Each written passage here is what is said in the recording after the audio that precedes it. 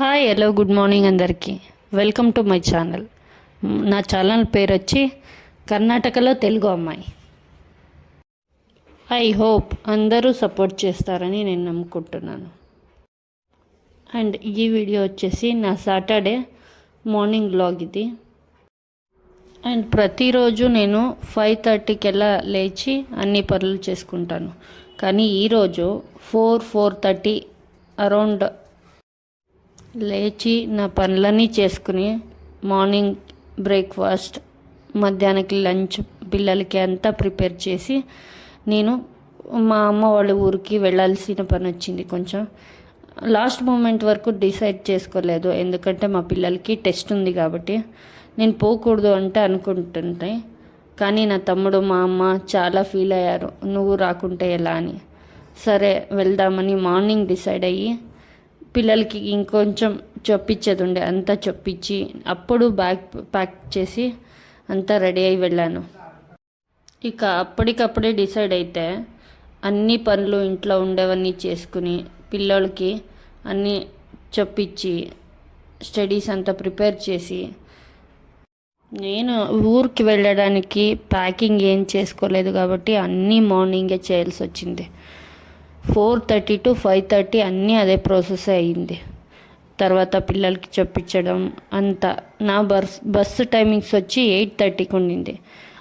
ఆ టైంలోపు నేను lunch, breakfast, మా పిల్లలకి బాక్స్, స్నాక్స్, నేనేం కావాలో అదంతా ప్యాక్ చేసుకుని స్నానం చేసుకుని అంతా నా పని అంతా క్లోజ్ అయ్యేతలకే 7:50.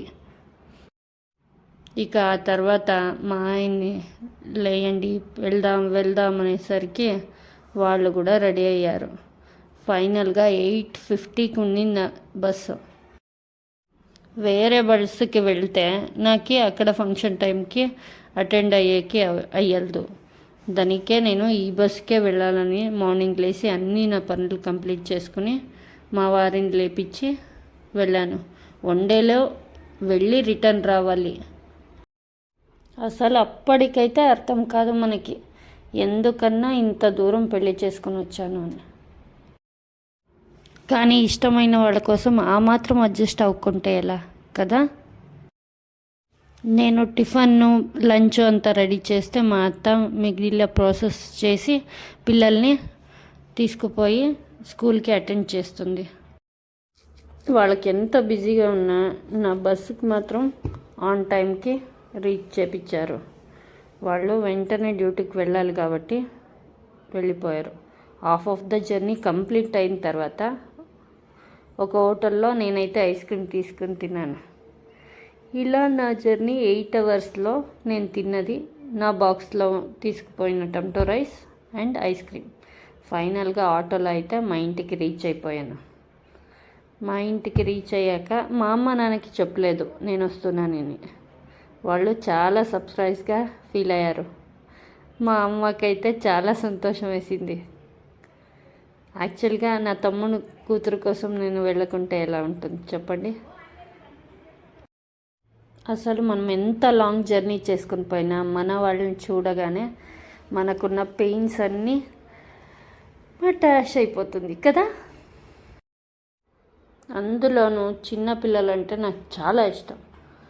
నా తమ్ముడు కూతురు మాత్రం నేను ఎప్పుడు వెళ్ళినా చాలా బాగా ఆటలాడుతుంది నాతో.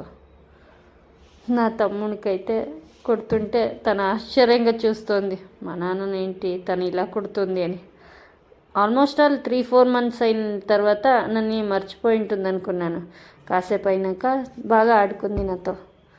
I feel very happy. Next అయితే నేను ఫంక్షన్కి ఎలా రెడీ అయ్యాను, ఫంక్షన్ ఎలా జరిగింది నెక్స్ట్ వీడియోలో పెడతాను.